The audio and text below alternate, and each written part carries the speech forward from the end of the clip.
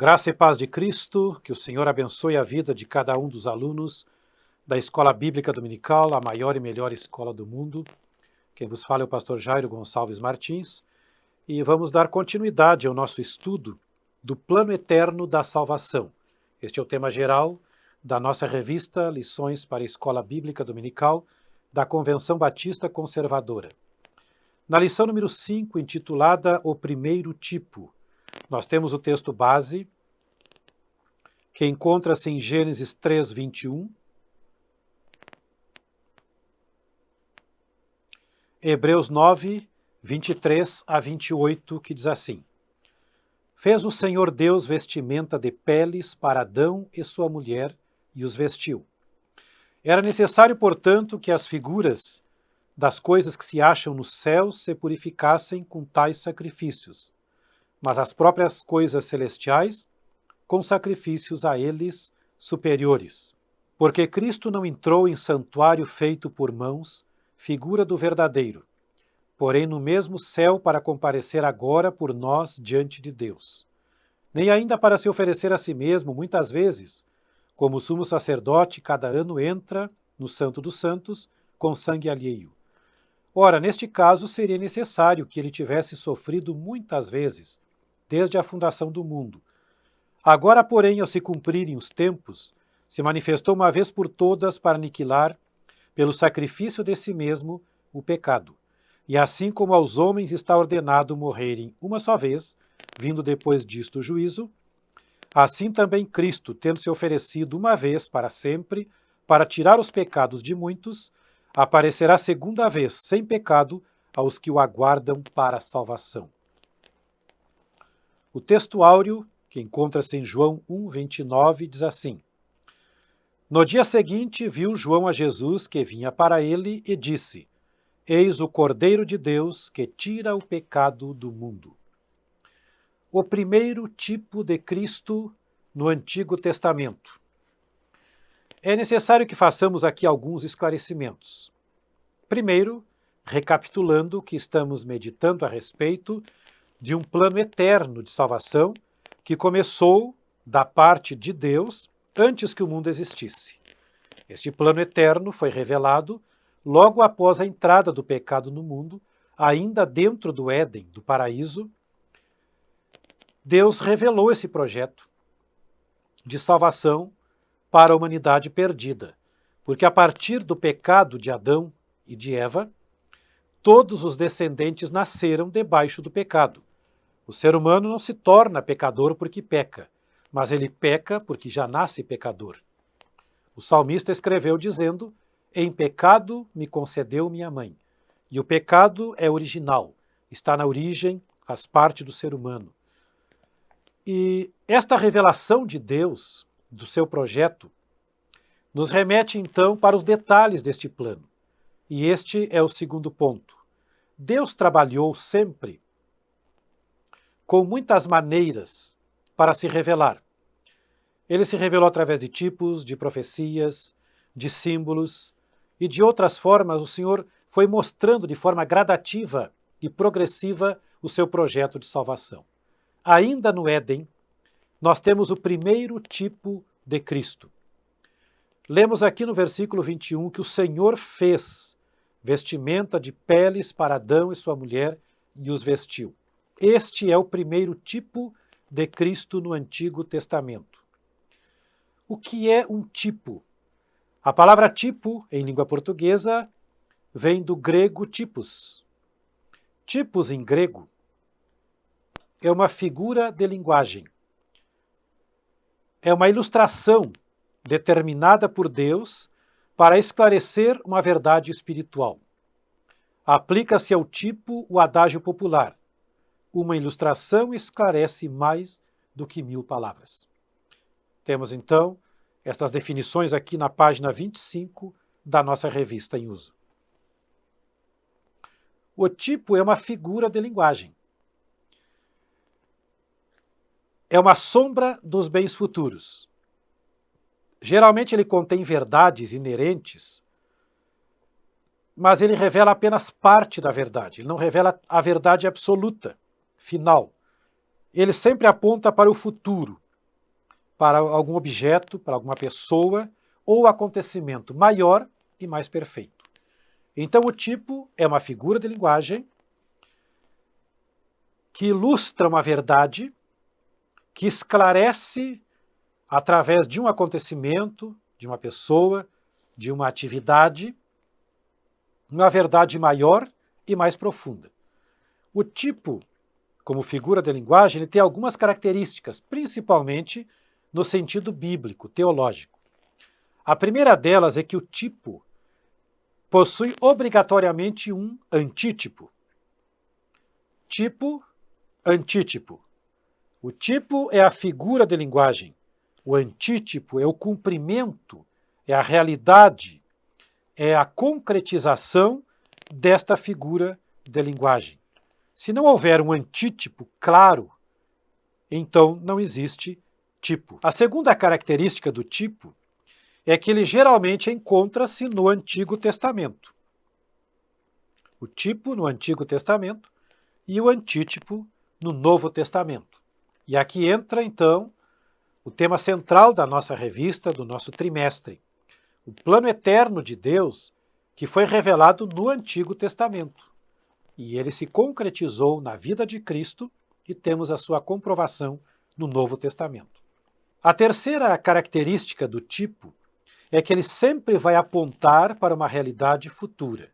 O tipo não pode ser localizado geograficamente, historicamente, no seu próprio tempo, não pode girar em torno de si mesmo. Ele deve apontar para o futuro, para algo que ainda vai acontecer. O antítipo, por sua vez, ele é pretérito, ele aponta para o passado. Ele é o cumprimento daquilo que foi realizado lá. A quarta característica é que o tipo é uma sombra, apenas uma projeção da realidade, com pouca luminosidade, que exige uma observação acurada para ser compreendida. Geralmente o tipo, ele oculta a verdade mais profunda em si mesmo, mas ele aponta para o antítipo, e o antítipo trará esta luz perfeita daquilo que foi já demonstrado. Então o antítipo é a realidade clara, inequívoca, perfeita, que torna claro todo o acontecimento, o motivo e o significado. E a quinta característica de um tipo, como figura de linguagem, é que ele é imperfeito e incompleto. Ele foi revelado nas dispensações anteriores, e as dispensações anteriores eram revelações menores de uma verdade maior que ainda viria no futuro. Então, o antítipo, que é perfeito e completo, veio justamente na última revelação que temos até agora. Nós estamos hoje na revelação do período da graça. Esta revelação, ela é perfeita, porque trouxe Jesus Cristo. Jesus Cristo é o cumprimento de todos os tipos do Antigo Testamento relacionados a ele. Então é perfeito, é completo, é iluminado, enquanto que os tipos são imperfeitos e incompletos, porque eles são lá de uma revelação anterior, onde toda a verdade ainda não havia sido revelada. Este é o significado dos tipos no Antigo Testamento.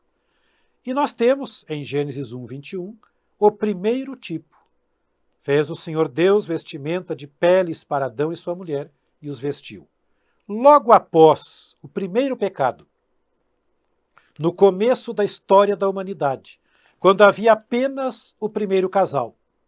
Então, o primeiro tipo já aconteceu logo após a primeira profecia. A primeira profecia está em Gênesis 3,15. O primeiro tipo é em Gênesis 3,21. Foi uma iniciativa divina.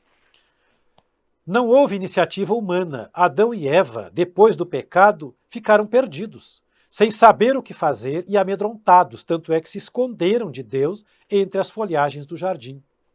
Tentaram solucionar o problema da própria nudez cosendo roupas com folhas de figueira.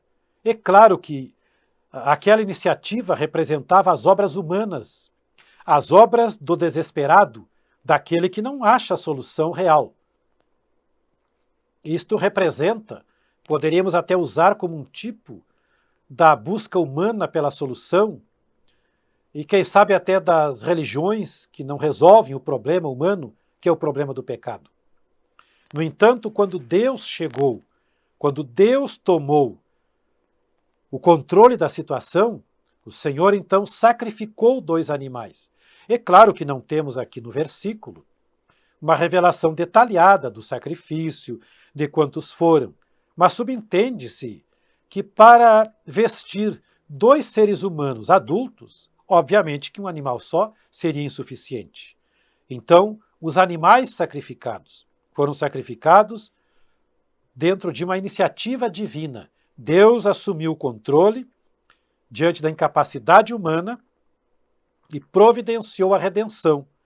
Então, assim como hoje, a redenção do pecador, a salvação é oferecida por Cristo Jesus. Não é uma obra humana, não é por obras humanas, boas obras, benesses que se faça a alguém, mas é tudo por graça e misericórdia, por iniciativa divina. A natureza daquele ato foi o derramamento de sangue. Os animais foram substitutos do ser humano pecador. O sangue daqueles animais foi derramado para que o ser humano pudesse ser perdoado. Quando há derramamento de sangue, há remissão de pecados. Lá em Levítico 17:11 está escrito: porque a vida da carne está no sangue. Eu vô-lo tenho dado sobre o altar, para fazer expiação pela vossa alma, porquanto é o sangue que fará expiação em virtude da vida. Deus determinou, dentro já dos sacrifícios levíticos, que o sangue seria dado em favor do pecador, porque ele é a vida do corpo. Quando um animal inocente morre, para que um pecador seja perdoado, como acontecia lá, é porque a vida do animal foi dada. Então o sangue foi derramado em favor do pecador. Esta era a natureza do sacrifício, sangue derramado. Nós temos um exemplo na Bíblia de um sacrifício que foi oferecido e rejeitado por Deus. Lá no começo, já em Gênesis,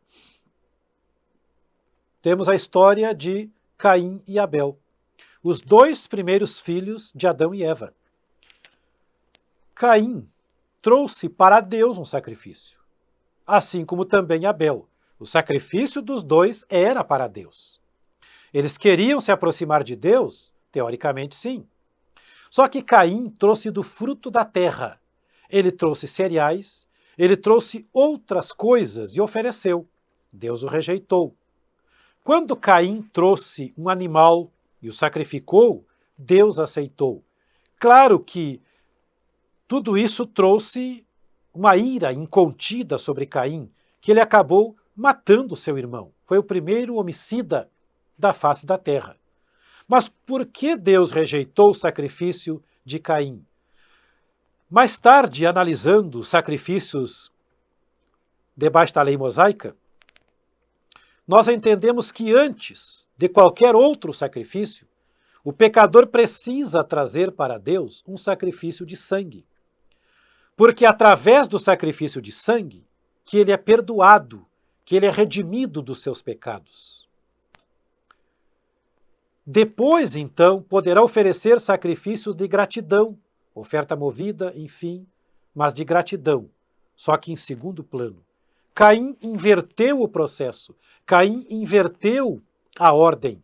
Ele ofereceu para Deus um louvor, uma gratidão sem estar perdoado. Deus não podia aceitar esta inversão.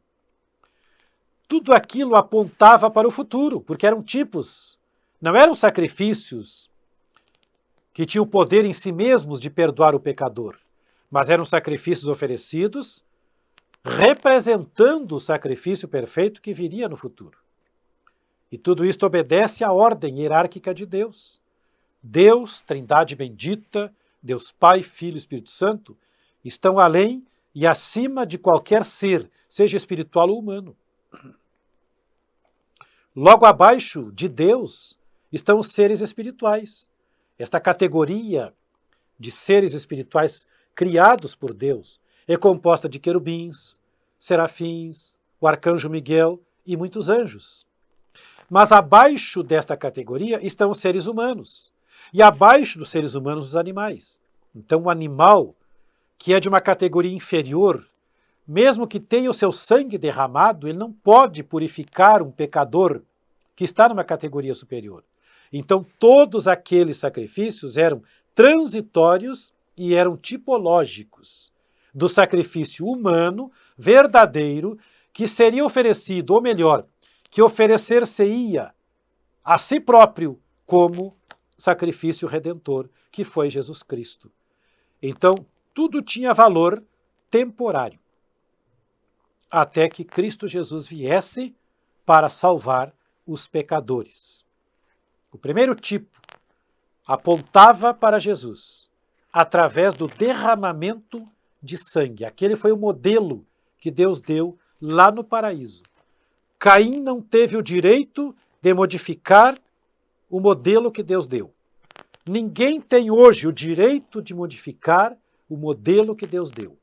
Portanto, prezado ouvinte, prezado amigo e irmão em Cristo, a obediência à revelação divina é o que torna o pecador aceitável diante de Deus.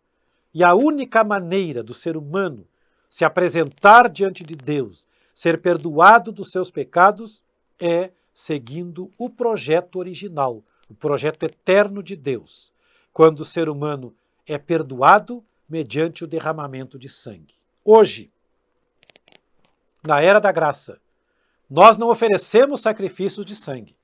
Nós estudamos a Escritura e entendemos todo o processo, que foi uma revelação progressiva. E o ápice desta revelação aconteceu em Jesus Cristo, o Cordeiro de Deus que tira o pecado do mundo. Como está escrito no nosso texto áureo desta lição, em João 1:29. No dia seguinte, viu João a Jesus que vinha para ele e disse: Eis o Cordeiro de Deus que tira o pecado do mundo. Jesus é o Cordeiro de Deus. A partir da vinda de Cristo e da morte de Cristo, cessaram os sacrifícios do Antigo Testamento.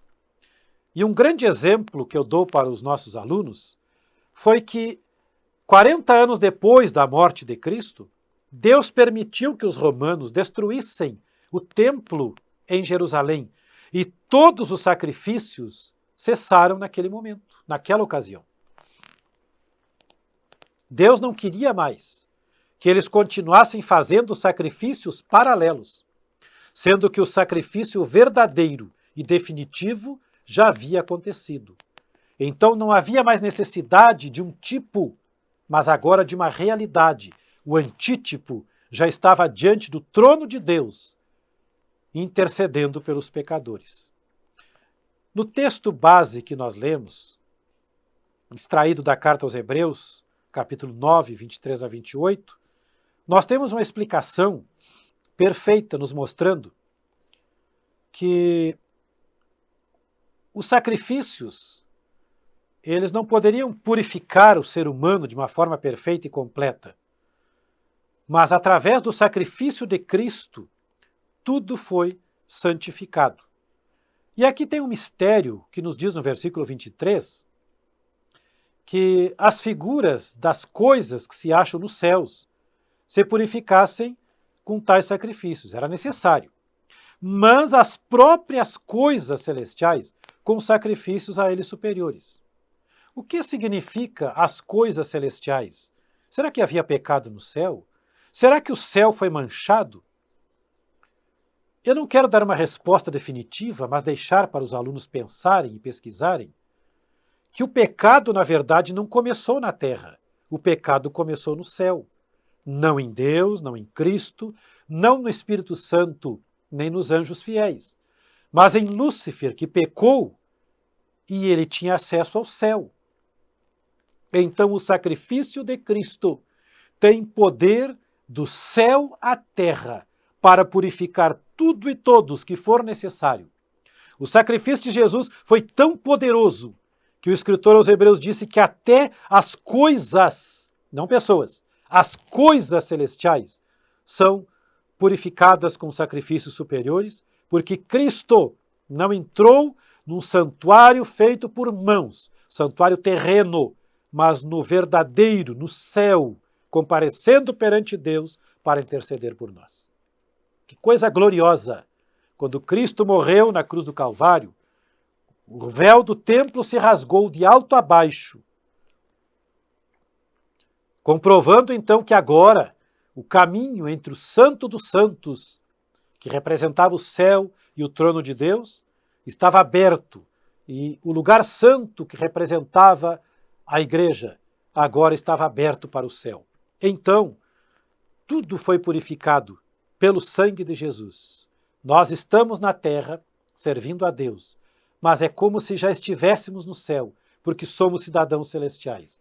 Nosso acesso espiritual a Deus está aberto. E Cristo Jesus se ofereceu uma única vez, como diz o versículo 25. Uma única vez, para morrer pelos pecadores e agora então intercede por cada um de nós. Prezado irmão, como nós temos aqui na nossa revista, no tópico número 3, página 26, Jesus Cristo é o antítipo. E eu quero acrescentar que é o único antítipo daquela tipologia inicial de Gênesis 3:21. O sacrifício de Cristo foi um sacrifício de sangue.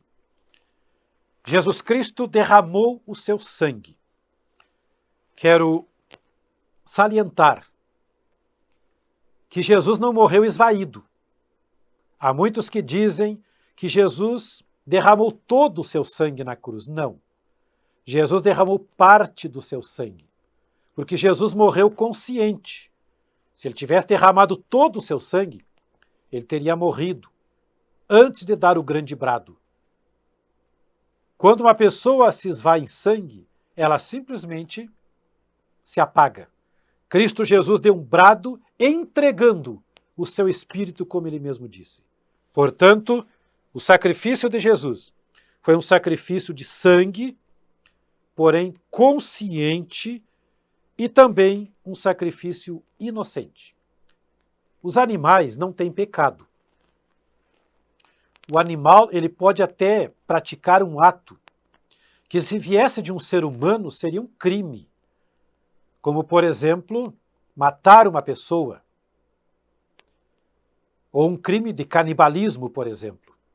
O animal, por seu estado de inocência, então ele não comete pecado na presença de Deus. Por isso o sacrifício de Cristo ele foi inocente, no sentido de que Jesus nunca pecou e foi um sacrifício aceitável. Foi substitutivo e um sacrifício expiatório. Quer dizer que o sacrifício de Cristo foi o preço pago de forma expiatória pelos pecados de toda a humanidade de todas as épocas. Expiação na Bíblia significa o pagamento que alguém faz para aplacar a ira de Deus quando ele vai cobrar de um pecador o preço dos seus pecados. Como nenhum ser humano tem poder para se auto-perdoar, se auto-purificar, se auto-salvar, Jesus Cristo então derramou o seu sangue como pagamento para que a ira de Deus fosse aplacada,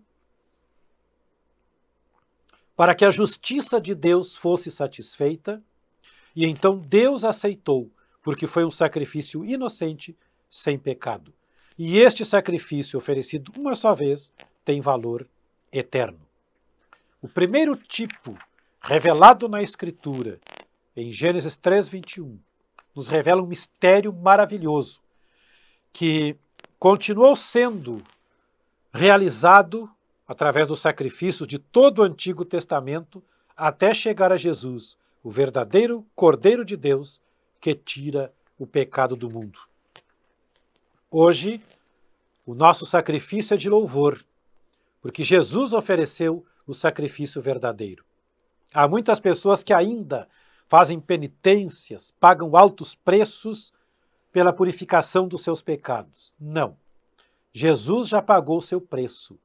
Cada um pode receber a salvação de graça. Pela graça, como está escrito em Efésios capítulo 2, verso 8. Salvação é pela graça, não vem de vós para que ninguém se glorie. Cristo Jesus perdoou, Cristo Jesus pagou o preço. Então, cada um pode chegar a Deus e receber a salvação pela fé.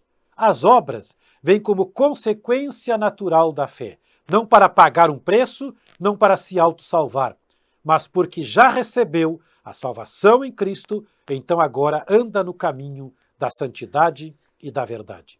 Que Deus abençoe e que o valor deste primeiro tipo, cujo antítipo real foi Jesus, aconteça, se cumpra na sua vida e que cada um que me ouve nesta hora receba os benefícios maravilhosos do sacrifício de Cristo. Volte a estudar conosco as lições da nossa revista para a Escola Bíblica Dominical, onde continuaremos estudando os tipos de Cristo no Antigo Testamento. Deus abençoe. Amém.